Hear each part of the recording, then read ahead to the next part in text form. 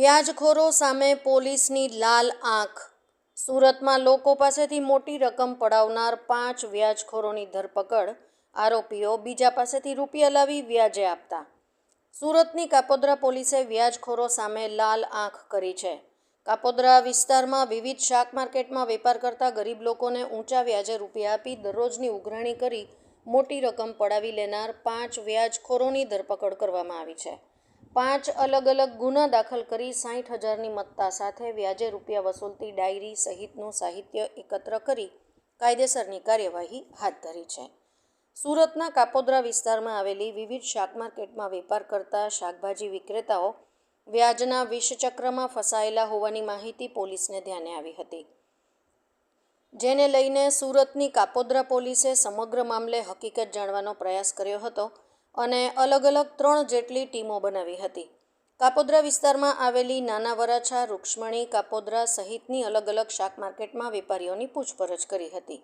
કોણે કેટલા રૂપિયા લીધા છે તે બાબતની પણ તપાસ કરવામાં આવી હતી, જેમાં સ્પષ્ટ સામે આવ્યું હતું કે 5, 10 અને 15,000 સુધી શાકભાજી વિક્રેતાઓને આ વ્યાજખોરો ઊંચા વ્યાજે રૂપિયાનું ધિરાણ કરતા હતા। એટલું જ નહીં, દરરોજ માટે રૂપિયાનો હપ્તો કરી આપવામાં આવતો હતો। આ વ્યાજખોરો દ્વારા એક ડાયરી પણ બનાવવામાં આવતી હતી, જેથી વેપારીને ખૂબ જ ઊંચા વ્યાજે રૂપિયા મળતા હતા, જેથી પોલીસે તાત્કાલિક જ આવા 5 જેટલા વ્યાજખોરોની ધરપકડ કરી હતી। આજે કાપોદ્રા પોલીસમાં 5 વ્યાજખોરો સામે અલગ અલગ ગુના નોંધ્યા હતા। MB એસુરા PIએ જણાવ્યું હતું કે આ સમગ્ર ઘટનાની વાત કરીએ તો આ એક પ્રકારે વ્યવસાય જ બની ગયો હતો। જે વ્યાજખોરો ઝડપાયા છે તેઓ અન્ય ફાઇનાન્સ કંપની પાસેથી રૂપિયા વ્યાજે લાવતા હતા અને અહીંયા શાકભાજી વિક્રેતાઓને ઊંચા વ્યાજે રૂપિયાનું ધિરાણ કરી ડબલ રૂપિયા કમાતા હતા। આમ કાપોદ્રા પોલીસે ગરીબો પાસેથી બેફામ રૂપિયા ઉછેડનારા 5 વ્યાજખોરોને ઝડપી પાડી તેમની પાસેથી 60,000ની મત્તા કબજે કરી કાર્યવાહી કરી હતી। MB એસુરા PIએ જણાવ્યું હતું કે સમગ્ર ઘટનાની વાત કરીએ તો આ એક પ્રકારે વ્યવસાય જ હતો, જે આરોપીઓને પકડી પાડવામાં આવ્યા છે। 10%, 15%, કેટલા ટકા? હિસાબ તો કરાવ્યો કેટલો હિસાબ? 8-9 કરતું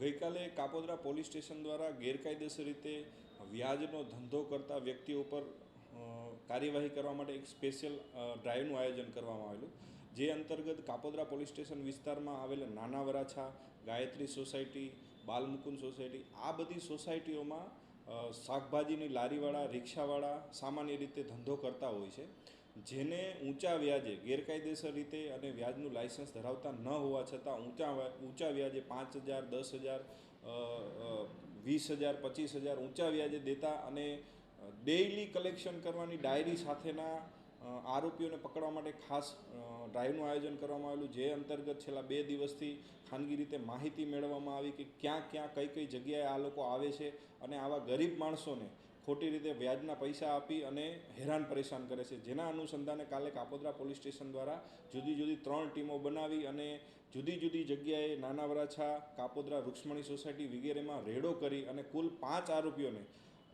ગેરકાયદેસર રીતે વ્યાજે દેવાના સાહિત્ય સાથે પકડી પાડવામાં આવ્યા છે અને જુદા 5 ગુના દાખલ કરવામાં આવેલા છે અને આ બાબતે હાલ પોલીસ તપાસ ચાલુ છે। આ કામે કુલ આ તમામ પાસેથી 60,000 રૂપિયા જેટલો રોકડ મુદ્દામાલ અને મોબાઈલ અને જુદી ડાયરીઓ કે જે ડાયરીઓમાં ડેઇલી પ્રમાણેનું આ લોકો કલેક્શન કરતા હોય છે એ કબજે કરવામાં આવેલ છે। આ લોકો પૈસા કેવી રીતે લાવતા હતા?